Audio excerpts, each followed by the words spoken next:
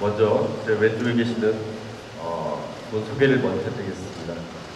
KBS에서 오랜 동안 예능 프로를 만들어 오셨고 방송사 최초로 MCN인 옛띠를 만드신 고찬수 PD님 오셨습니다. 네, 그 세상을 바꾸는 시간 15분이라고 하는 짧은 콘텐츠를 만드셨고요. 지금 이제 온라인에서 너무나 큰 화제를 보고 계시는 구범준 PD님 오셨습니다. 그리고 이제 그 아주 전문적인 그 미디어 연구소죠. 항상 그 매체의 어떤 신뢰도라든지 매체 선호도 조사를 하고 계시고요. 영향력 있는 언론인 조사를 하고 있는 미디어 미래연구소의 고도상 권사님 나오셨습니다.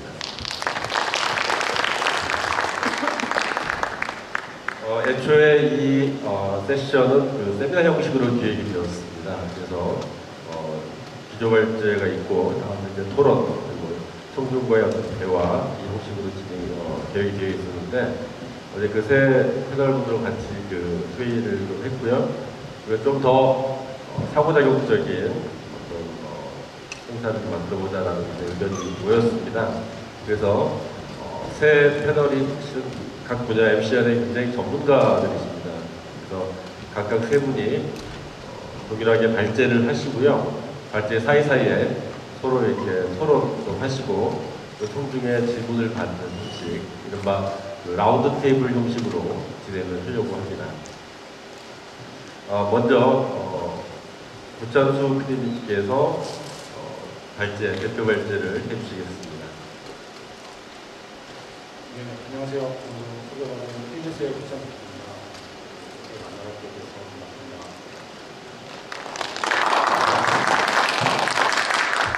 PPT를 끊어주시면 하겠습니다. 제가 이 발제를 아주 짧게 하고 저희끼리 얘기를 좀 길게 하기 위해서 이렇게 스피디하게 진행하도록 하겠습니다. 오늘 제가 말씀드릴 거는 나가서 말씀드리는 게 맞겠네요. 여기 양옆 스크린에 나오는 PPT를 봐주시면 되겠습니다. 오늘 제가 말씀드릴 내용은 저희 급변하는 미디어 환경에서 어떻게 컨텐츠 소비자가 변화했는가에 대한 얘기에 대해서 말씀드리고, 그것이 앞으로 어떻게 우리 미디어의 참여나 소통 그리고 이런 강조하는 그런 현상을 더 강화시킬 것인가에 대해서 말씀드리도록 하겠습니다. 다음. 예, 여러분 아마 요즘 그 방탄소년단 소식을 많이 들으셨을 겁니다. 방탄소년단이 그 타임지 커버를 장식하게 되는데요. 왜 방탄소년단은 다른 K-팝 아이돌과 다르게 이렇게 전 세계적인 열풍을 일으켰을까요? 다음. 예, 방탄소년단이 성공한 여러 가지 요인에 대한 분석이 있지만 가장 많은 사람들이 얘기하는 건 방탄소년단이 SNS, 그러니까 소셜 네트워크를 어떻게 활용했는가 하는 부분입니다. 다음. 안 이쁜데. 방탄소년단은 데뷔를 2013년도에 했습니다. 근데 이 친구들은 데뷔 2년 전서부터 트위터라든지 페이스북 이런 SNS를 적극적으로 활용하면서 기존의 저희 방송사에서 콘텐츠, 그 다음에 거대 미디어 그룹에서 콘텐츠를 만들던 방식을 완전히 파괴하고 새롭게 떠오르고 있는 MCN, 그러니까 1인 크리에이터들이 사용하는 방식으로 콘텐츠 소비자들하고 소통을 하는 방식을 선택했습니다. 다음. 그래서 그 BTS의 팬클럽이라고 하는 아미라고 하는 팬클럽이 있는데요. 이들은 자기들을 BTS와 자기들은 하나의 가족이다 이렇게 생각을 하고 있습니다. 그러니까 일종의 저희가 컨텐츠를 만들면서 컨텐츠 소비자하고 컨텐츠 생산자가 단순히 서로 컨텐츠를 만들어서 던져주면 그걸 받는 관계가 아니라 하나의 공동체를 이루게 되었다는 것이죠. 이것이 BTS의 가장 큰 성공 요인이라고 대부분의 분석가들이 생각을 하고 있습니다. 다음. 이러한 방식은 사실은 유튜버라고 불리는, 그러니까 유튜브를 사용해서 스타가 된 사람들이 그동안 사용했던 방식과 굉장히 유사점을 들 수 있습니다. 그 미국에서 유튜브를 사용해서 스타가 된 사람들은 이미 10대들한테는 그 영향력이 기존의 영화 배우라든지 그다음에 가수들을 능가하는 그런 영향력을 보이고 있습니다. 그런데 아까 앞에서도 말씀드린 것처럼 이들이 기존의 그런 스타, 영화 배우나 가수들하고 무엇이 다른가 유튜버는 기존의 컨텐츠를 생산하던 사람들과 그다음에 스타들은 사실은 일방적으로 방송을 했다고 하면 지금은 서로 소통하고 커뮤니케이션 하는 게 강조되는 그런 세상이 됐고 컨텐츠 생산자도 이 부분에 대한 생각을 깊게 해야 되는 그런 시대가 된 것입니다.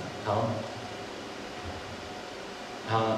이것이 그러니까 1인 크리에이터들을 상업적으로 매니지먼트하는 것을 일반적으로 저희가 MCN이라고 부르고 있습니다. 다음. 이 한국에서는 또 특히 미국의 유튜브뿐 아니라 아프리카 TV라는 그 독특한 형태의 그런 라이브 생방송이 좀 있었고요. 다음. 그 다음에 네이버 V 앱이라고 하는 스타들이 셀프 캐스팅의 형태로 방송을 하는 이런 형태도 한국에서는 있었습니다. 다음. 자, 이렇게 미국의 유튜브에서 영향을 받고 한국의 아프리카 TV라든지 네이버 V앱 이런 것이 활성화되면서 한국의 1인 크리에이터 시장은 굉장히 빠른 속도로 사실 발전하고 있습니다. 그래서 보시면 1위를 하고 있는 제이플라 뮤직이라는 친구는 이게 그 여성분인데요. 그러니까 커버곡을 다른 팝송을 본인이 노래를 하는 친구입니다. 시간 있으면 제가 보여드렸으면 좋을 텐데 이 친구가 지금 구독자가 900만을 넘어서 조만간 1000만 구독 시대가 될 겁니다. 지금 15위에 있는 양띵이라고 하는 친구가 3년 전에는 사실 구독자 수이 1위였습니다. 150만으로 1위였는데 이 친구는 크게 성장을 못했지만 다른 친구들이 크게 성장을 하면서 지금 1000만 구독자가 넘어가는 사람이 곧 탄생할 것으로 보고 있습니다. 다음. 요거는 그 앞에 제가 보여드린 이 친구들이 얼마나 돈을 많이 버는가라고 해서 조사된 내용인데 보통 1년에 한 30억에서 40억 정도의 수익을 내는 그런 1인 크리에이터도 나타나서 시장을 빠르게 형성하고 있습니다. 다음. 그리고 KBS도 사실은 아까 저 해주셨던 것처럼 예티 스튜디오라는 이름으로 MCN을 했었고요. 다음.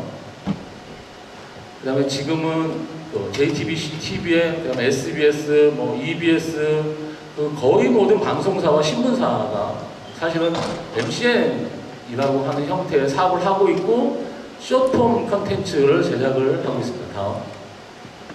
다음. 그 중에 최근 두각을 나타내는 것이 JTBC의 왓썸맨이라는 건데요.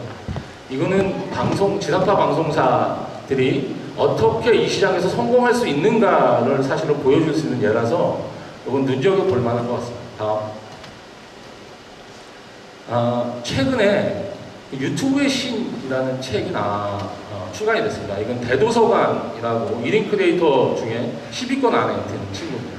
이 친구가 사실은 어떻게 하면 유튜브 스타가 되는가 라고 얘기를 했는데 그때 강조점을 한 가지라고 사실 할 수 있습니다.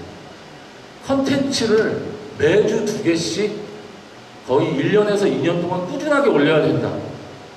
이게 가장 중요한 포인트 차이입니다. 다음. 자, 유튜브 스타로 성공하는 게 얼마나 어려운가라고 하는 기사를 제가 하나 냈는데요. 여기서도 똑같은 얘기를 하고 있습니다. 유튜브 스타로 성공하기 위해서는 최소 3년 이상을 꾸준하게 일주일에 2개 정도 콘텐츠를 올려야만 성공할 수 있는 유튜브 스타가 된다는 겁니다. 다음.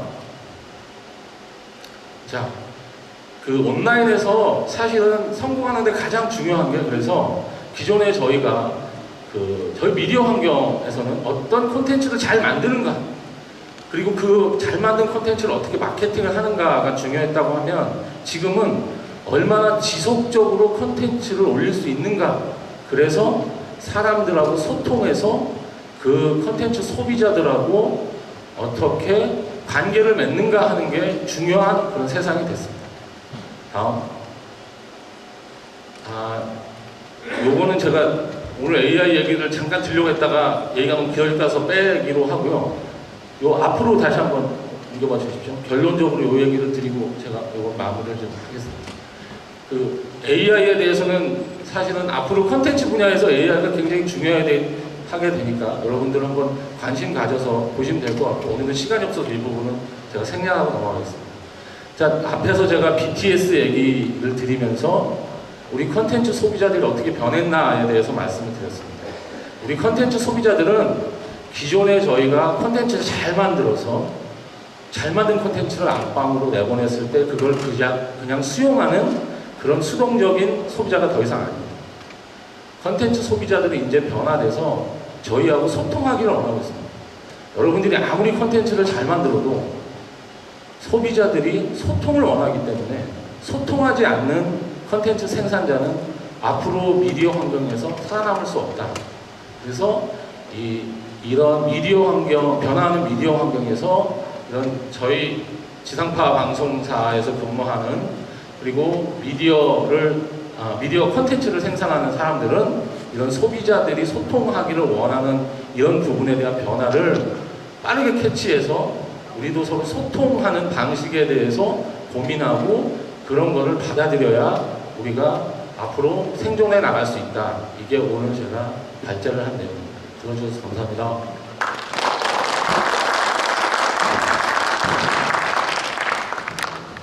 잘 들었습니다. 저기 문 박사님 혹시 코멘트 하시겠습니다. 코멘트요?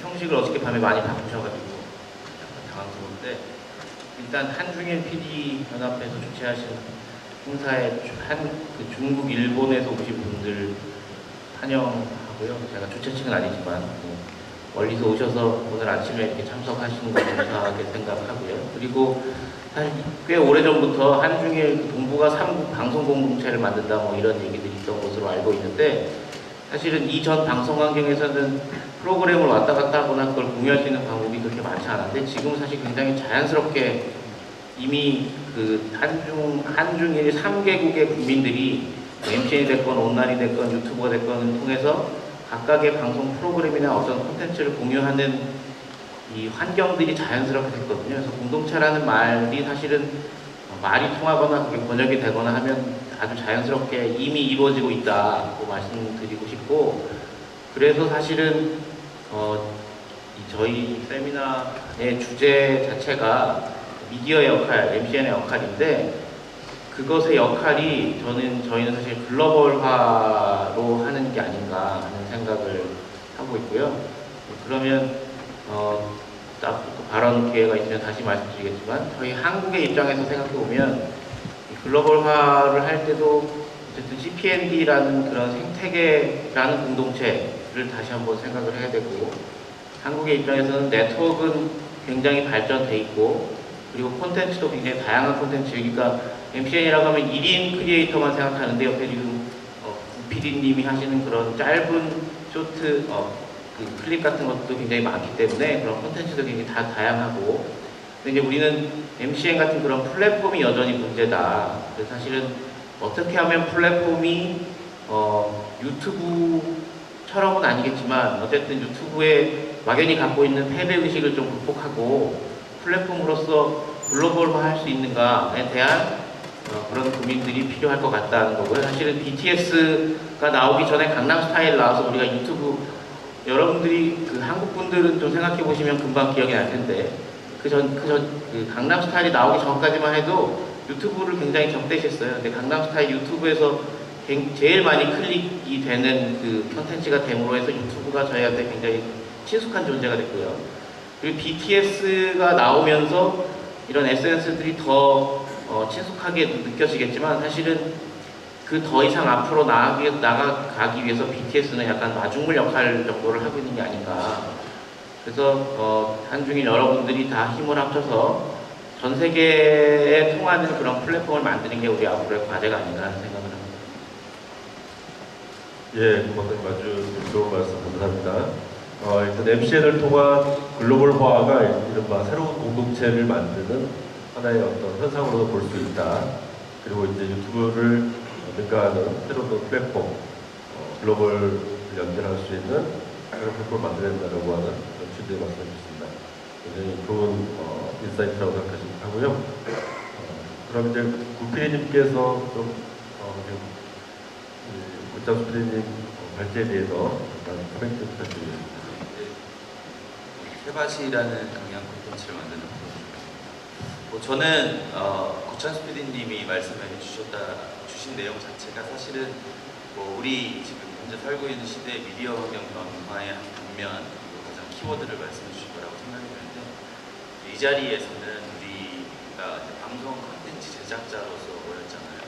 그러니까 우리 입장에서는 이제 우리는 어떻게 보면 기존의 미디어의 종사자들이고, 고찬수 PD님이 말씀해 주신 그런 새로운 1인 미디어들, 새로운 플레이어들, 혹은 새로운 방송이 아닌 온라인 채널이라는 새로운 플랫폼들, 이런 것에서의 변화와 성장이 사실은 우리한테 위기로 다가오고 있다는 거죠. 그래서 방송의 역할이라는 게 사실 사회, 우리 커뮤니티의 긍정적인 역할들, 혹은 더 좋은 어떤 가치를 성장시키는 역할을 해왔는데, 이제 그런 영향력 자체가 이제 줄어들었다는 점에서 또 한편 위기라고 생각합니다. 그래서 오늘 주제도 사실은 MCN이나 온라인 채널의 이야기가 아니라 이 변화하는 환경에서 우리 기존 미디어 종사자들, 방송 콘텐츠 제작자라고 할 수도 있고요. 우리 이름대로 프로듀서 커뮤니티라고 할 수 있는데, 그럼 우리가 이 새로운 미디어 환경 시대에서 어떻게 좀 더 좋은 커뮤니티를 위해서 좀 영향력을 좀 발휘할 것이냐, 아니면 좋은 가치를, 공동체를 위한 좋은 가치를 더 확산시킬 것이냐의 문제에 집중을 해야 된다고 저는 생각이 듭니다. 그래서 제가 이제 지금 현재 우리 방송 PD 동료들에게 제안드리고 싶은 거는, 사실은 유튜브 등 아니면 소셜미디어들이 함께 등장하고 성장했지만, 방송 PD들이 방송 플랫폼에 제한돼서 혹은 갇혀서 우리가 줄어드는 영향력을 복도할 것만 있는 게 아니라 적극적으로 그런 플랫폼으로 나서야 된다고 저는 생각이 듭니다. 그래서 우리가 기존에 해왔던 콘텐츠로서 사회에 영향력을 만드는, 영향을 끼치는 이런 일들이 이제 소위 말하는 1인 미디어들이나 크리에이터들이 활약한 그 플랫폼에서도 기존의 방송의 가치, PD로서의 직업적 소명을 가지고 공동체를 위한 좋은 가치들, 콘텐츠들을 만들어 나가는데 적극적으로 도전하고 실험해봐야 된다고 생각합니다. 그래서 지금 그런 부분을 하기 위해서 고창수 PD님이 기본적인 배경 지식이나 사회 환경 변화의 이점을 잘 이야기해 주시고, 그런 점에서 여기 오늘 와주신 한중일 PD 여러분들이 좀 연합해서, 혹은 각자의 나라에서 방송 PD로서 뭔가 새로운 뉴미디어들에 못지않은 좀 좋은 콘텐츠를 만드는 것이 좋은 우리 모임의 취지이고, 우리가 희망하고 있는 결과라고 생각합니다. 예, 감사합니다. 제가 고창수 PD님께 드리고 싶은 질문은, 실은 이제 굉장히 한국에서는 가장 먼저 지상파에서 1인 크리에이터들을 네트워크화하고 이분들을 인큐베이팅 시키고, 그 다음에 이제 결국 지상파 방송에서도 방송을 하고 온라인에서도 방송하고 이렇게 투 트랙으로 소스미디어 전략을 해서 시도를 했었는데, 이게 약간 지금은 더 이상 안 하고 있지 않습니까? 그래서 지상파에서는 왜 MCN에 소극적인지, 아니면 어떤 내부에 어떤 사정이 있는 건지 좀 여쭤보고 싶습니다.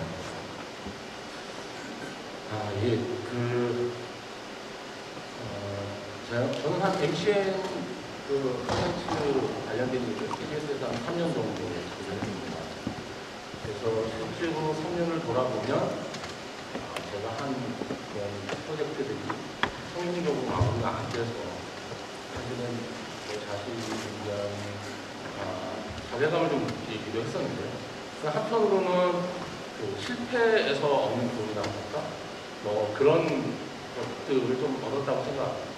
근데 가장 어려웠던 부분은 일단 저 자신도 저희 지금 기존의 컨텐츠 제작을 했던 사람들의 마인드가 새롭게 컨텐츠를 만들고 있는 우리 젊은이, 소위 유튜버라고 하는 그 젊은이들의 마인드를 이해하기에 큰 갭이 있다는 겁니다. 저 자신도 저런 걸 컨텐츠라고 부를 수 있나? 우리가 저런 거를 하는 게 맞는가? 라고 생각하는 컨텐츠가 젊은 세대들 사이에서 사랑을 받는 걸 보고 좀 많이 놀라기도 하고, 그러면 이걸 우리는 어떻게 해결을 해야 되는가라는 고민을 사실은 많이 하게 되고요. 그래서 오늘 제가 이제 좀 발제를 빨리 하느라고 아마 강조를 많이 못 드렸던 것 같은데, 그 지속성이라고 제가 이제 얘기했잖아요. 그러니까 최소 1년에서 2년 동안 컨텐츠를 꾸준히 올리는 부분을 우리 방송사에 있는 PD들, 그 다음에 방송사 경영진에서 받아들일 수 있는가. 이건 굉장히 어려운 부분이더라고요. 왜냐하면 저희는 시작해서 한 2달에서 석 달 정도 내에 결과가 나오지 않으면 그거를 지속하기가 어려운 구조를 좀 가지고 있습니다. 성과가 나지 않는 일을 사실은 계속해서 밀어주는 경영진도 현재 없고요.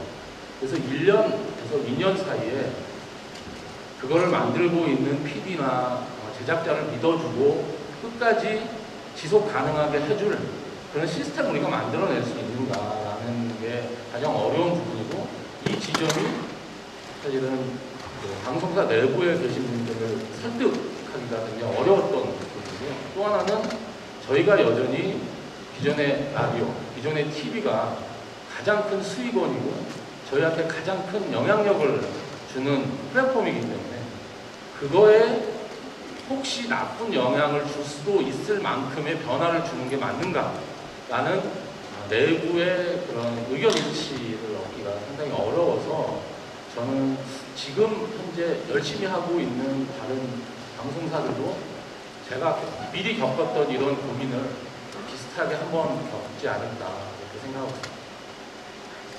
예, 감사합니다. 고비대님 계속 강조하는 말씀은 FCN에서 생명은 지속성이라고 하는, 퍼시스턴스라고 하는 그런 덕목이다라고 얘기를 하셨고요. 실은 이제 많은 언론학자들이 이제 뭐 편성을 공부할 필요가 없지 않느냐. 왜냐면 이제 인행 크리에이터나 온라인 소셜 미디어가 점점 커지고 있기 때문에 이제 기존과 같은 방송 편성을 더 학생들한테 가르쳐야 될 필요가 있느냐라는 그런 얘기를 많이 하십니다. 근데 지금 고피디님 말씀에 따르면 역시 MCN에서 가장 중요한 건 지속성, 그리고 규칙성이라고 하는 것도 실은 편성에 매우 중요한 덕목이 아닌가 싶습니다. 그래서 이런 부분을 지상파의 어떤 편성에서도 굉장히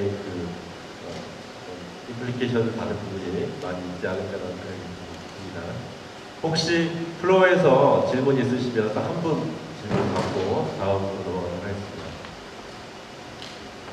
발제라든지 아니면 토론하신 거에 대해서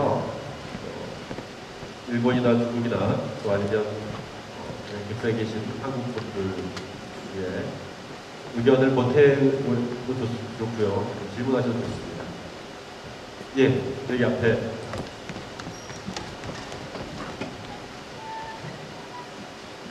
저는 돈 버는 게 굉장히 눈에 들어와서 어떻게 아까 계속 굉장히 상상할 수 없는 금액을 번다고 했는데 어떻게 돈을 버는 건지 제일 궁금했습니다. 예, 사실은 이제 유튜버로 하는 분들은 구글이 가지고 있는 광고 시스템이 있습니다. 그래서 일정 정도 구독자 수가 되면 그때부터 콘텐츠를 올리는 사람한테 광고를 게재를 하는 것을 허락을 받고 그럼 광고를 올리게 되고요.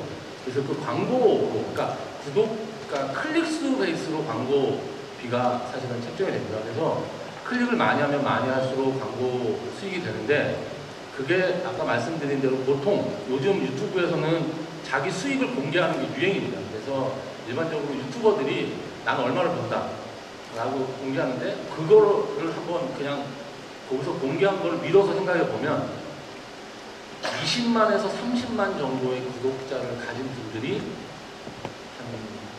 한 달에 100만 원 정도의 수익을 보통 번다고 본인들이 얘기합니다. 그리고 100만이 넘어가면 보통 구독자가 한 달에 1000만 원 정도 본인들이 번다고 얘기를 하고 있거든요. 근데 그거를 누구도 다른 사람이 수익이니까 정확하게 얘기할 수는 없는데 저기서 나온 거는 그걸 바탕으로 한 추정치라고 생각해 주시면 돼요. 그건 제가 정확히 알고 있습니다. 저희 채널이 구독자가 50만 정도 되는데요. 한 달에 2천만 원 있습니다. 그러니까 그거는 이제 보고 있는 집중도나 광고를 참아내는 빈도에 따라 다른데 세바시는 조금 그게 강해서 조금 많은 돈을 받긴 하는데 보통 한 50만 정도 되면은 한 1,000만 원에서 2천만 원 사이입니다. 저도 하나 뭐 올렸는데 한 2만 명까지는 봤는데 그러면 돈을 못 받는 건가요? 간단하게 팁을 말씀드리면 채널을 열고 1,000명의 구독자가 생기면 광고 파트너 그걸 할 수 있어요. 그러니까 광고를 할 수 있죠. 애드센스라는 거 이런 걸 통해서. 그래서 그걸 하셔야 광고 구매 수익을 받을 수 있어요. 제가 아는 상식을 말씀드리면요.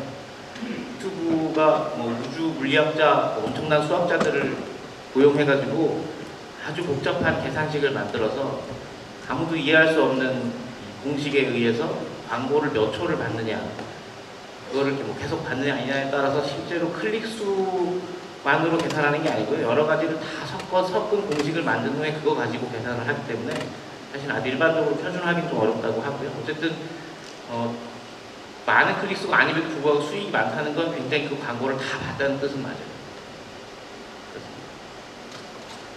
죄송합니다. 질문은 여기까지 봤고요. 다음 발제하고 난 다음에 다시 질문을 받도록 하겠습니다. 두 번째 발표는 세상을 바꾸는 시간 15분 구범준 PD님. 이 프로그램을 기획을 하셨고요. 지금은 직접 회사를 차려서 운영을 하시는 경영자라고 들었습니다. 발표 짧게 한 5분에서 10분 정도 네, 그 세바시는 잠깐 말씀드렸다시피 짧은 강연 컨텐츠고요. 모델은 테드라고 이해하시면 됩니다. 중국 PT 분들이나 일본 PT 분들도 이해하기 그러면 편할 것 같고요. 그렇게 테드와 유사한 프로그램이긴 하지만 한국에서도 독특하게 한국에서는 팝이 안 되고 K-팝이 되듯이 사실은 이 강연 컨텐츠에서도 테드보다는 세바시가 더 트래픽이 많은 상황입니다. 세바시는 약간 의미적으로 말하면 저는 CBS라는 지상파 방송사에 속해 있던 PD였고요.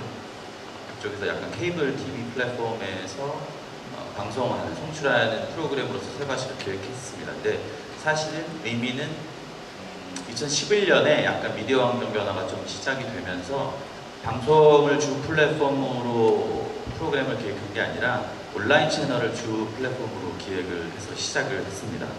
그래서 저는 좀 세바시가 사실 우리 방송사에 있어서 되게 유의미한 그 성과를 만들어낸 트랜스 플랫폼한 콘텐츠라고 저는 명명하기도 하고요. 그래서 지금까지 한 1,000여 편 정도의 강연 콘텐츠를 만들었고요. 여기에 참여한 한국 사회의 이제 강연자, 스피커들이 한 900여 명입니다. 굉장히 다양한 분야에서 뭐 시민, 학자, 전문가, 기업가 등등이 이렇게 강연자로 보통은 방송에서 이렇게 좀 찾을 수 없는 분들, 출연하지 않았던 분들까지 좀 새롭게 새로운 그런 출연자로서, 강연자로서 저희 세바시 무대에 섰고요. 제 누적 조회수는 한 5억 건 정도 발생이 됐다고 저는 생각하고 한 해에 온라인에서 평균적으로 한 6천만회 조회하는 걸로 통계치로 알고 있습니다. 그래서 세바시라는 이름 자체가 대중들 사이에서는 강연 콘텐츠를 지칭하는 약간 대명사처럼 불릴 정도로 문화적인 코드도 되어 있고 또 지식 콘텐츠를 대표하는 브랜드로서 좀 자리를 잡았다고 생각이 됩니다. 그래서 잠깐 세바시가 뭔지 저희 강연회입니다. 그러니까 이제 잠깐 PD님이 얘기했지만 이제 오래 하는 게 되게 중요하거든요. 저희는 강연 컨텐츠로서 이런 모바일 디바이스에서 시청을 하거나 온라인 채널에서 방송이 되지만 사실은 강연회가 저희의 첫 번째 브랜드입니다. 그래서 한 4,500석 규모의 대규모 강연회를 저희가 지금 8년 전부터 한 번도 끊이지 않고 매달 2차례 이상씩 진행해 왔고요. 거기에는 자발적 참여 관객들이 오는 겁니다. 그래서 그런 포맷으로서는 한국에서 최초로 시도됐고 가장 오래 하고 있는 강연회 콘텐츠 브랜드이기도 합니다. 그래서 그 모습을 잠깐 보여드리겠습니다.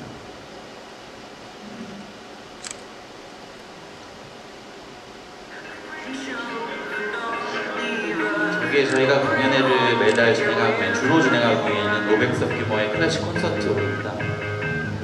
평일날 저녁에 진행이 되는데요. 주로 직장인들과 학생들이 저녁에 자발적으로 참여를 하는 강연회입니다. 강연회에 오는 게 이렇게 좀 정적이고 좀 지루한 느낌이 있어서 저희는 시작 때 춤을 추기 시작합니다. 아마 오늘 토론도 저렇게 춤을 추기 시작해서 분위기가 살짝 다를 겁니다.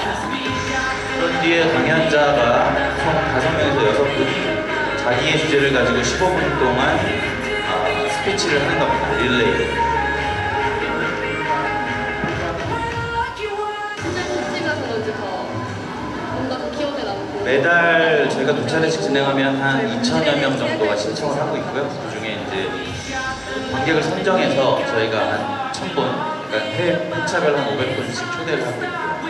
저 강연자의 개별 영상이 세밭이라는 강연 콘텐츠로 이제 방송과 온라인 채널에 공개됩니다.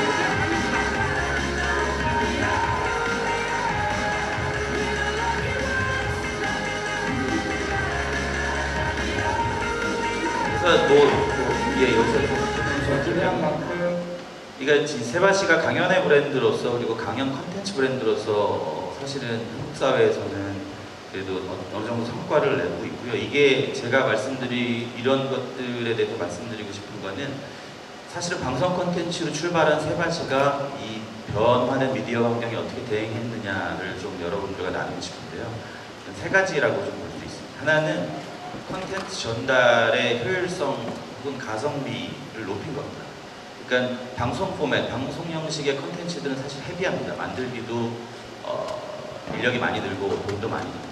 근데 사실은 온라인 채널, 소셜미디어에서 미디어들이 하는 컨텐츠는 그보다 가볍고 컨텐츠 전달의 속도가 굉장히 빠릅니다. 사실은 세바시는 그런 것들을 차용한 컨텐츠이기도 합니다. 그래서 불필요한 무슨 타이틀이랄지 도입이랄지 이런 것들을 과감히 없앴고요.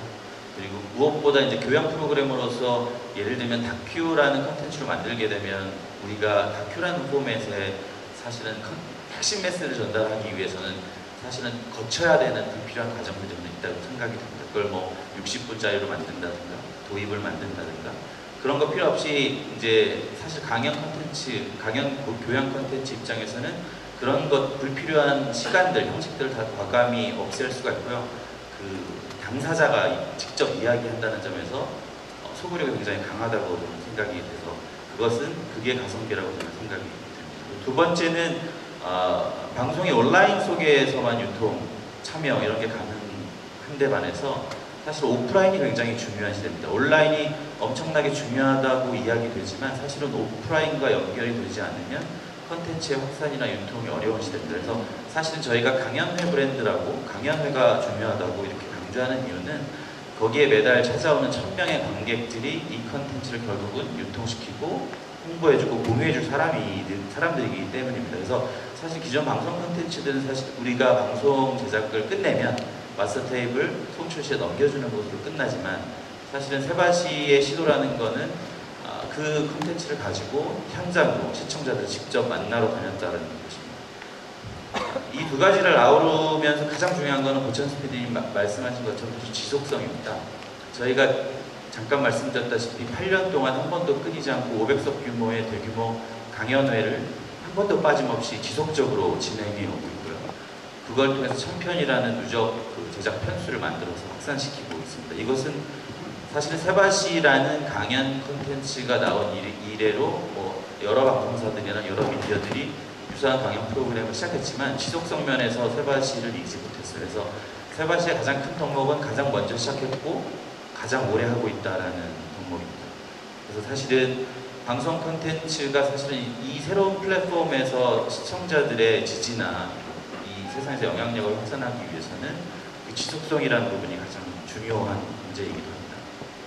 그래서 사실은 세바시가 강연 콘텐츠로서 뭐 자기 성장이나 동기부여 혹은 우리 공동체에 관한 이야기를 하는데, 이제 그런 강연 콘텐츠가 세상에 얼마나 긍정적인 영향을 끼칠 것이냐, 이 문제를 두고 아까 제가 말씀드린 가성비, 그러니까 효율성, 콘텐츠 전달의 효율성, 그리고 오프라인에서의 이제 이벤트, 그리고 그 지속성이 사실은 방송 제작자로서 커뮤니티에 더 좋은 가치를 좀 확산시키거나 성장시키기 위해서는 굉장히 좋은 포맷이라고 저는 생각이 되고요. 그래서 세바시가 올린 성과는 사실은 자랑할 만큼 많습니다. 그러니까 작년 여름부터 올해까지 하면 사실 저희가 강연 콘텐츠를 통해서 좀 우리 사회, 한국 사회에 영향력을 행사한 사례가 몇 가지 있는데요. 무슨 이국종 교수라는 응급외상센터의 한 의사, 내과 의사의 이야기가 한국의 열악한 응급의료체계에 예산을 보태는 좀 변화를 만들기도 했고요.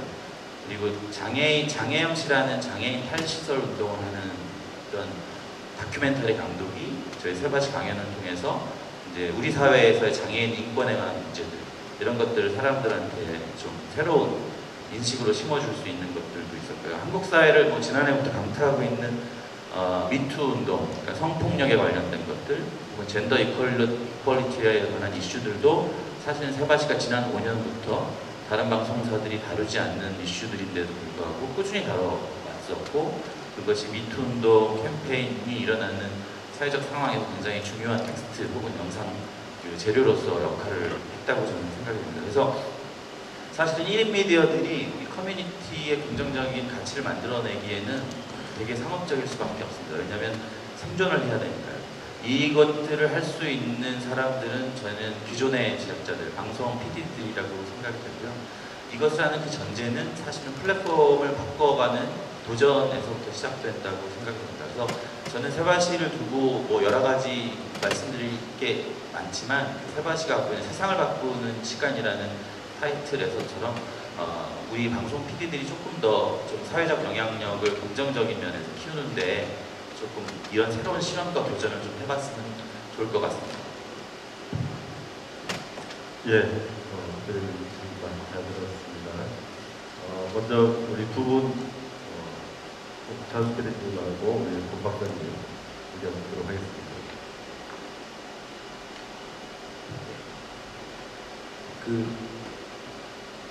제가 어딜 가도 이름에서 이 뒷자리를 차지하는 법은 없는데요. 이 모임이 되게 특이합니다. 중국이랑 일본에서 오신 분들 잘 이해 안 되겠지만, 한글로 기업으로 시작하는 이름인데, 앞에 구피디님이 저보다 앞에 있거든요. 굉장히 특이한 모임이 이례적이네요, 진짜. 네 분 모였는데, 그 중에 제가 교수님 빼놓고는 어쨌든 전 항상 마지막이에요. 특이한 모임이다라는 생각을 갑자기 했고요. 사실은 저희가 한 엄청 오래전, 거의 뭐 한 15년, 20년 전부터 융합의 시대라는 얘기를 항상 했고, 이게 뭐 방송과 통신의 융합 이런 얘기를 계속 했는데, 실제로 그런 융합들이 지금 벌어지고 있고, 눈앞에서 벌어지고 있는 융합 현상에 대응하고 적응해야 되는데, 그것들을 잘 쫓아오지 못하는 경우도 있다는 생각이 갑자기 들었고요. 저희 그 일예로 저희 방송법의 1조에는 민주적 여론 형성에 기여한다, 3조는 시청자 권익 증진에 기여한다, 4조는 방송 편성의 자유와 독립을 보장한다, 그 다음에 5조는 민주적 기본 질서를 존중한다, 이런 식의 얘기가 나와 있는데, 이 근래 한국 상황들을 잘 아시는 분들은 아시겠지만, 방송이 그런 민주적 여론 형성에 기여했는가, 그걸 생각해보면 굉장히 반성을 하는 여지가 있고요. 하지만 MCN이나 이런 그 온라인 매체들은 그러면 민주적 여론 형성에 기여했는가 생각하면 오히려 그런 측면이 더 많았다 생각하면, 사실은 법을 통해서도 융합이 굉장히 이루어지고 있구나 하는 생각들을 할 수 있고, 실제로 방송하고 통신하고 굉장히 다른 철학들을 가지고 있어요. 그런데 그게 융합이 된다고 한다는 것은 사실은 네트워크 차원에서는 방송 네트워크가 인터넷에 융합되는 거기 때문에 인터넷이 가지고 있는 철학들을 잘 적응해야 되는데, 그런 것들이 좀 진행이 잘 안 되지 않느냐 하는 말씀들을 드리고 싶고, 방금 PD님 말씀드린 것처럼 실제로 현재 온라인에서의 추세가 뭐냐면 오프라인과의 결합이 맞습니다. 그 세바시가 그거를 아주 이상적으로 결합시키고 있는 거고요. 여러분들이 잘 아시겠지만, 특히 일본에서 오신 분들 잘 아시겠지만, 아마존이 온라인 매장에서 시작했지만 오프라인 매장으로 진출했고요. 그리고 BTS의 음원이 얼마인지 아세요? 다 노래합니다. 그 사람들 그 음원 팔아가지고 장사 안 됩니다. 그 사람들 장사는 실제로 공연을 통해서 하거나 아니면 그 아미들이 오프라인을 통해서 그 굿즈 구입하는 거예요. 그건 다 오프라인에서 이루어지는 행위거든요. 그러니까 온라인하고 오프라인이 적절히 결합된 그런 융합들을 저희들이 잘 볼 수가 있어서, 사실은 그렇게 보면 방송을 하시는 분들이 방송 얘기를 할 게 아니라 이제 앞으로 인터넷 얘기를 해야 된다는 거고, 실제로 지상파가 플랫폼으로서의 지위를 많이 잃어가고 있기 때문에, 그러면 인터넷에서 플랫폼은 도대체 어떻게 될 것인가를 얘기를 하면, 인터넷 플랫폼이 성공하기 위한 요인들 여러 가지 연구들에서 많이 얘기를 하는데, 방금 제가 앞서 말씀드린 것처럼 생태계를 윈윈하는 생태계를 구축해야 된다. 근데 이게 공동체 의식을 가지고 있어야 되는 거고요. 그러니까 가장 핵심은, 사실 제가 경영학도 전공했었기 때문에 가장 핵심은 그 문제의 근원은 돈에 있습니다. 수익 배분을 어떻게 할 것인가. 근데 그 수익 배분을 생각하다 보면 공동체 의식이 깨지기 쉬운데, 어쨌든 그런 것들을 잘 만들어야 되는 거고요. 그리고 성공한 플랫폼을 보면 대부분 범용 API를 가지고 있습니다. 그러니까 뭔가 공유하는 툴이 있는 거죠. 그러니까 내가 아는 기술, 내가 나만 알고 있는 게 아니라 같이 공유해야 같은 플랫폼에서 같이 성공할 수 있는 거고요. 근데 그러면서 사실은 이 플랫폼의 힘이라는 게, 유튜브 사람들이 유튜브만 쓴다. 요즘에는 심지어 젊은 애들은 검색 엔진을 안 쓰고 유튜브에서 검색한다고 해요. 그래서 그거를 뭔가 정보를 문자로 보는 게 아니라 영상을 찾아서 보는 거죠. 그 뜻은 플랫폼이라는 게 네트워크 효과가 있기 때문에, 네트워크라는 건 자연 독점적이라는 성질 때문에 그냥 거기에 들어가면 그거밖에 안 쓰는 거예요. 그래서 그런 이 네트워크 효과를 누리려면 또 이런 공동체 의식과 공유된 뭔가 기술이 있어야 된다는 거예요. 그러면서 양면 시장을 창출해서 사실 수익도 내고, 플랫폼으로서 용어는 좋지 않지만 플랫폼으로서 이런 시장을 독점하고 하는 것들을 방송에서의 철학이 아니라 인터넷의 철학을 가지고, 지금 방송 PD님들이 그런 생각을 가지고 뭔가 작업에 임하시는 게 좋지 않을까 하는 생각을 해봤고요. 저는 실제로 제작을 하는 사람이 아니라 연구를 하는 사람이지만, 오늘 이 자리에 와서 어떻게 밤이랑 오늘이랑 보면 사실 굉장히 현실적인 얘기들을 많이 듣고 많이 배웠고요. 앞으로도 이런 자리가 있으면 사실은 필드의 경험을 좀 간접이라도 느끼는 굉장히 좋은 기회가 되겠다고 생각합니다. 예, 좋습니다. 네, 잘 들었습니다. 고찬 스피릿 의견 혹시 있으신가요? 예, 저는 이제 고원준 대표님의 얘기를 들으면서 실제로 이제 세바시가 어쨌든 우리 사회에서 성공한 콘텐츠로 사람들한테 인정을 받고 하는 부분에 가장 중요한 요소는 적극적인 팬층을 확보하는 게 있다고 생각합니다. 그러니까 사실은 저희 제가 방송사에 입사했을 때 제가 많이 들은 말은 시청자가 주인이다, 이런 얘기를 많이 듣는데, 사실은 그 방송에 종사하는 PD들이 과연 시청자가 주인이라고 생각을 하고 제작을 하는가 라는 걸 다시 한번 처음으로 돌아서 생각을 해보면, 우리 콘텐츠 소비자들이 무엇을 원하는가를 저희가 한번 생각해 볼 수 있고, 실제로 콘텐츠 소비자들이 우리 PD들과 소통하기를 원하고, 우리 PD들과 같이 대화하면서 그것이 프로그램에 녹아져 있기를 원하고 있거든요.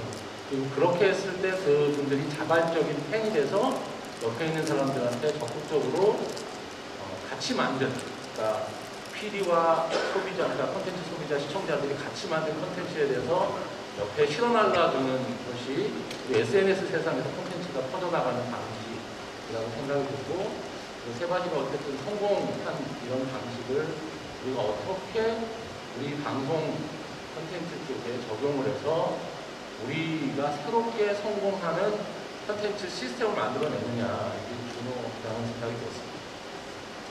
예, 그렇습니다. 제가 PD님께 질문을 본 거는요.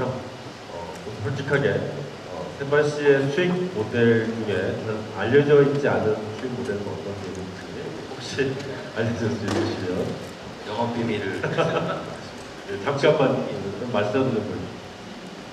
저희가 일단은 강연 컨텐츠를 만들고 그 모든 컨텐츠를 사실 현재로서는 100% 무료로 다 공개하고 있습니다만 그건 개인에 한해서고요. 사실은 이제 우리 사회 다양한 영역의 사람들이 15분 동안 자기 15년간의 경력을 좀 짧고 임팩트 있게 담은 컨텐츠라 기업이나 학교에서 많이 사용합니다. 그때는 유료입니다. 예, 그런 것들을 팔고 있고요. 최근 제가 이제 이 회사 사실은 이 프로그램 제작팀이었는데 동명의 이름으로 이제 회사가 됐습니다. 물론 저희 CBS의 자회사로서 독립을 했지만 독립을 하면서 이제 제가 프로그램 PD로 있을 때보다 돈이 더 중요해지지 않았겠습니까? 직원들에게 월급을 줘야 되니까. 그래서 좀 새로운 수익 모델들을 좀 만들고 있고요. 그래서 개인에게 유료로 판매하는 강의 콘텐츠나 강연회 콘텐츠를 만들고 있습니다. 그래서 올해 정도 실험을 해서 유료 티켓 판매를 해서 첫 실험인데 불구하고 한 1억 5천 정도의 티켓 판매 수익이 좀 있고요. 그리고 이제 주로 기업 쪽에 저희가 기업 교육을 좀 세바시라는 미디어와 그 미디어를 통해서 누적된 그 콘텐츠를 기반으로 기업의 직장인들, 기업의 직원, 임직원들을 교육하는 프로그램을 운영하고 있습니다. 그래서 거기서 상당한 규모의 이제 매출이 나오고 있습니다. 네, 감사합니다. 자, 객석에 계신 플로우의 무대 질문 받도록 하겠습니다. 예, 예, 이쪽이요. 가운데 이쪽이요.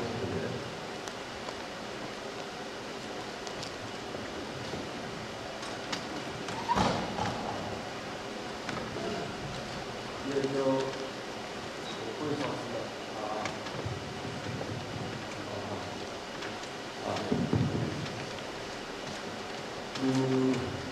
앞에 세션하고 두 번째 세션에서 계속 나온 얘기 중에가 지속성, 지속성과 관련돼서는 편성의 문제라든가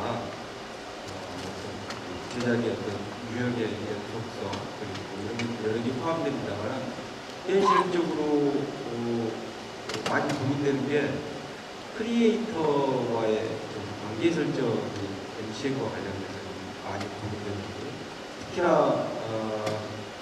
지상파 방송에서 같은 경우는 더 그런 것 같아요. 그러니까 그 전문적 크리에이터를 활용하거나 그리고 같이 해야 되는데 이런 부분에 대해서 나중에 수익 배분 문제라든가 이런 것들이 항상 걸쳐서 들기 때문에 특히나 이 디지털 미디어 시장에서는 이런 크리에이터가 갖는 중요성들이 더 커지는데 혹시 이런 고민들이 많습니다. 그래서 이런 고민들을 시 현장에서 나는 이런 식으로 이렇게 해석하고 있다든가 앞으로 이렇게 했으면 좋겠다에 대한 좋은 얘기가 있었으면 좋겠습니다. 예, 일단 제가 이제 경험자로서 말씀드리면 실제로 저희 이제 방송사에서 1인 크리에이터든 그다음에 연예인들 간에 매니지먼트를 해본 경험이 사실은 방송사 내부에는 없습니다. 사실 인력도 없고. 그래서 직접 부딪혀서 해봤을 때 일단 그거를 제대로 할 수 있는 사람이 없기 때문에 1인 크리에이터 관리를 하기가 사실 쉽지 않습니다. 그래서 방송사에서 말씀하신 대로 1인 크리에이터들을 뽑고 그다음에 그 사람들을 활용해서 콘텐츠를 지금 1인 크리에이터들이 만드는 그 MCN 회사들 같은 형태의 저희가 제작을 하는 거는 사실은 실질적으로 어려움이 많고 성공 가능성도 사실 크지 않습니다. 그래서 제가 얘기를 드리면서 이제 빨리 말씀드리느라고 강조해서 아까 말씀 못 드린 게 하나 또 있다면 왓썸맨이라는 걸 제가 아까 이제 얘기 잠깐 드렸는데 그 방송사에서 한 그런 기존에 저희가 컨텐츠 만드는 방식에 1인 크리에이터 제작자들이 만드는 방식을 약간 결합을 해서 여러 가지 실험들을 하고 있는데 사실은 대부분의 그 성과가 그렇게 좋지는 않습니다. 다 구독자가 20만에서 30만 정도예요. 근데 왓썸맨이라고 이제 하는 그 컨텐츠가 시작한 지 6개월이 안 됐는데 지금 구독자가 130만이 넘었어요. 사실은 이거는 엄청난 성공을 거둔 거거든요. 물론 들어가는 제작비가 1인 크리에이터들이 만드는 거하고 비교할 수 없이 많기 때문에 아직도 흑자는 아니라고 합니다. 그래서 TV 쪽 그 플랫폼하고 온라인 쪽을 우리는 병행해서 수익 모델이 더 커지기를 기다리면서 버텨야 된다. 이런 인터뷰까지 했더라고요. 그런데 왓썸맨이 어떻게 130만의 구독자를 확보했고 지금 앞에서 어쨌든 그 시행착오라는 걸 갖고 그걸 뭔가 보여주고 있으니까 자세히 한번 저희가 들여다볼 필요가 있다고 생각합니다. 그러니까 기존의 방송사에서 컨텐츠, 그러니까 프리미엄 컨텐츠를 만들던 1인 크리에이터들하고는 차별화된 컨텐츠를 만들던 우리 PD들이 어떻게 이 시장에서 젊은 사람들하고 소통하면서 새로운 시장을 만들 수 있고 성공적으로 10대들하고 소통할 수 있는가라는 거는 그 왓썸맨의 방식을 한번 잘 보면 답을 좀 찾아볼 수도 있을 것 같고 일단 성공 사례가 하나 나왔으니까 근데 말씀하신 대로 저희가 1인 크리에이터들을 매니지먼트하는 방식은 기존의 방송사에서는 권장할 만한 방식은 아닌 것 같습니다. 제가 해본 예, 그 지금 질문하신 선생님께서 지금 목포 MBC에서 영차 바다라고 하는 프로그램을 계속 진행하고 알고 있는데 그 MC에도 굉장히 그 온라인에서도 굉장히 누적 조회수가 많은 걸로 알고 있습니다. 잠깐 좀 설명을 좀 해줄 수 있는지요? 현황에 대해서.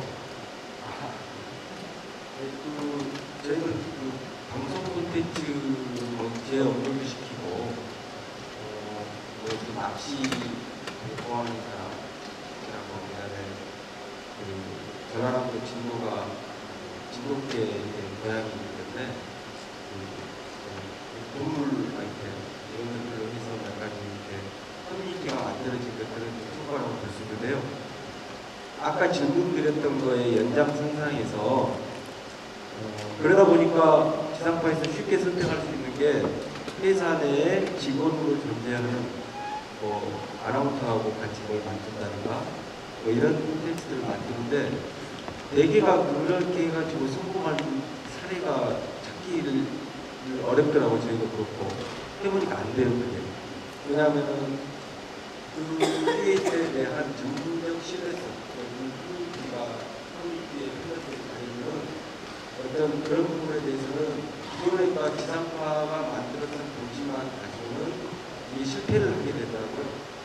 그런데 또 아까 말씀드렸던 왓썸맨의 기준으로 보게 되면은 그 연예인들에 대한 출연료 이게 사실 이게 별보다 배꼽이 더 큰 상황들 이런 것들 때문에 이 시장에서 무엇이 우리가 더 성장으로 갈 수 있는 그런 자극과에 대한 고민이 많고요. 두 번째로는 사내에서 예를 들어 사내에 존재하는 기자나 PD, 아나운서 모두 다 크리에이터가 될 수 있지 않습니까?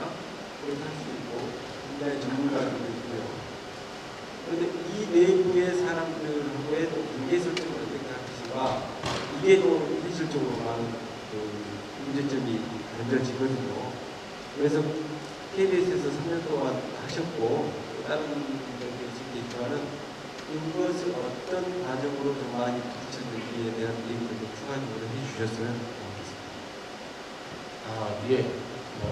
아나운서 분들 얘기를 하셨으니까 그 얘기를 잠깐 드리자면 제가 하는 동안 그 아나운서 분들이 사실은 자발적으로 같이 좀 했으면 좋겠다는 얘기도 하셨고 실제로 작업을 좀 해보기도 했습니다. 근데 하면서 가장 어려웠던 부분이 어떤 거였냐면 일단 저희는 컨텐츠에 대한 눈높이가 기존에 저희가 방송을 만들었던 컨텐츠에 가 있습니다. 그래서 지금 여러분들이 아마 그 10대들이 좋아하는 특히 아프리카 TV 같이 굉장히 거칠게 방송하는 컨텐츠를 보면 이걸 어떻게 사람들이 좋아하지? 라는 의구심을 갖게도 되거든요. 그 다음에 요즘 뭐 최근에 굉장히 인기가 있는 ASMR 그 콘텐츠 같은 경우는 심지어 그냥 책 넘기는 소리하고 그다음에 밥 먹는 소리도 사람들이 몇십만 명씩 그걸 보고 있으니까 저희가 기존에 콘텐츠를 만들던 사람 입장에서는 그게 이해가 안 돼요. 그래서 콘텐츠를 제작을 할 때 자꾸 그 뭔가 자연스럽게 쉽게 만드는 콘텐츠보다 기존에 만들었던 콘텐츠처럼 잘 만들려고 하다 보니 일단은 제작비가 상승이 되고 뭔가 제작하는 과정에서 옛날 방송 콘텐츠를 비슷하게 답습하는데 제작비가 없으니까 B급 콘텐츠 비슷한 게 나오더라고요. 그러니까 방송 콘텐츠랑 비슷한데 제작비가 별로 없는 그런 콘텐츠가 양산이 되는 저희가 이 방송사에서 시도하는 콘텐츠들이 대체적으로 그러다 보니까 그런 어려움이 있습니다. 근데 그렇다고 저희가 완전히 1인 크리에이터처럼 제작하기가 어려운 게 그러면 또 저희가 1인 크리에이터들의 뒤를 쫓아가는 거거든요. 그럼 누구의 뒤를 쫓아가서는 성공할 수 없습니다. 그러면 방송사가 가진 장점하고 1인 크리에이터들을 좋아하는 요즘 소비자들의 그런 패턴하고를 저희가 생각해봤을 때 그래서 이제 제가 강조드렸던 부분이 그들의 컨텐츠 제작이나 이런 방식을 우리가 쫓아가거나 이런 방식보다는 저는 그걸 이제 지속성이라고 얘기를 드렸는데 팬을 만들자. 자, 내가 이 컨텐츠를 만드는데 컨텐츠 만드는 부분에서 진정성을 가지고 이 소비자하고 소통을 해서 그러니까 방탄소년단의 성공 요인으로 많이 얘기할 때 아까 이제 제가 SNS 얘기를 들었는데 그 SNS를 왜 BTS 팬들이 그렇게 좋아하냐라면 BTS 팬들은 방탄소년단이 진정성이 있다고 보고 있는 겁니다. 그래서 전 세계 그 언어가 통하지 않는 나라의 팬들도 BTS의 가사를 그렇게 좋아한다고 합니다. 그러니까 그 가사를 보면서 자기를 진정으로 그러니까 공감해주는 스타라고 생각을 해주는 거예요. 그러니까 그런 소위 PD가 제작자하고 서로 교감하고 소통할 수 있는 팬을 확보하는 방법이 무엇인가 라는 게 저는 우리가 지금 1인 크리에이터들이 장악한 이 새로운 유튜브 환경에서 지상파 방송사에 있는 PD들이 뭔가 새로운 영역을 만들어낼 수 있는 방식이라고 생각을 하기 때문에 지속성이라는 얘기를 자꾸 드리고 그 다음에 만드는 컨텐츠에 팬을 만드시는 게 굉장히 중요한 방식 같아요. 예, 더 자세한 말씀은 또 세션이 끝나고 말씀하시면 좋을 것 같고요. 마지막으로 우리 그 미디어 미래 연구소의 고도상 박사님께 한국의 그 미디어 그리고 미래에 대해서 한번 좀 의견을 듣도록 하겠습니다. 네, 연구소 이름이 미디어 미래 연구소인데요. 미디어의 미래가 아니라 미디어와 미래입니다.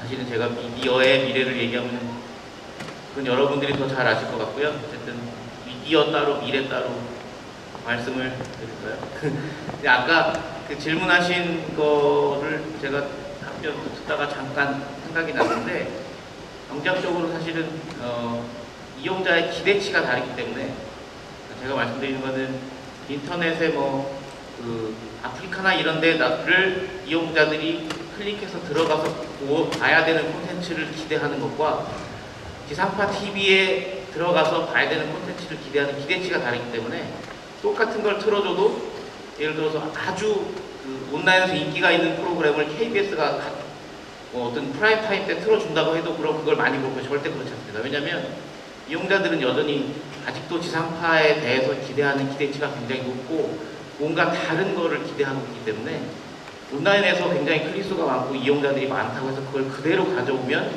당연히 실패한다.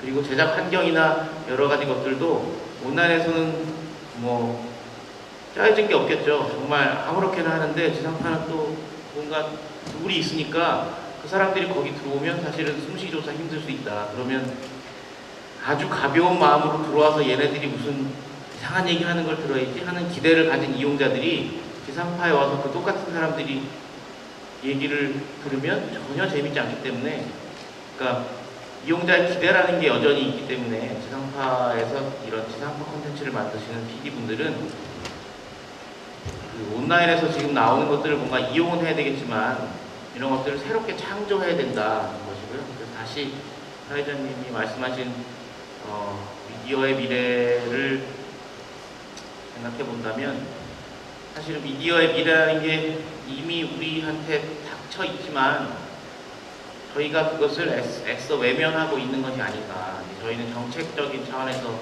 매번 얘기한 뭐 법도 안 바뀌고 뭐 등등등 그런 얘기들을 하는데 그런 제반 사항들도 다 완성이 되면 사실은 이미 뭐 그런 거죠. 지상파는 아까 편성 얘기도 많이 하셨는데 편성이 시각 편성이 기본이잖아요. 근데 그리고 집에 가서 그걸 보려고 달려가야 되고 옛날에 인기 있는 프로그램 할 때 차단. 근데 요즘에는 심지어 거실에서 큰 화면으로 보다가 화장실 갈 때 휴대폰 들고 와서 똑같은 거 보잖아요. 연결이 쭉 되니까.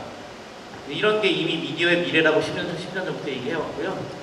근데 그것들을 현대 적응하는 단계다. 그리고 우리나라 상황으로 다시 보면 네트워크가 됐건 콘텐츠가 됐건 대부분 부족하지 않지만 그것들을 실현해 줄 수 있는 플랫폼은 약간 부족하고 그리고 보다 더 창조적인 노력, 뭔가 새로운 접근들이 좀 더 포함이 되면 앞으로 콘텐츠도 우리뿐만 아니라 동북아 삼국이 다 같이 세계 1위라는 지위를 누릴 수 있지 않을까 생각합니다.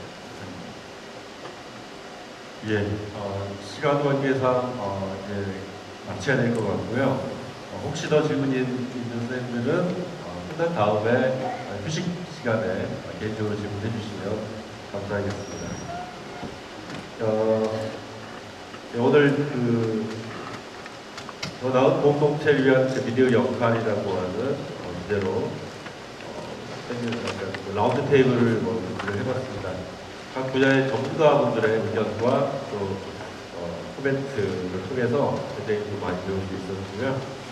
미디어의 기능에 대해서 굉장히 많은 얘기가 있습니다.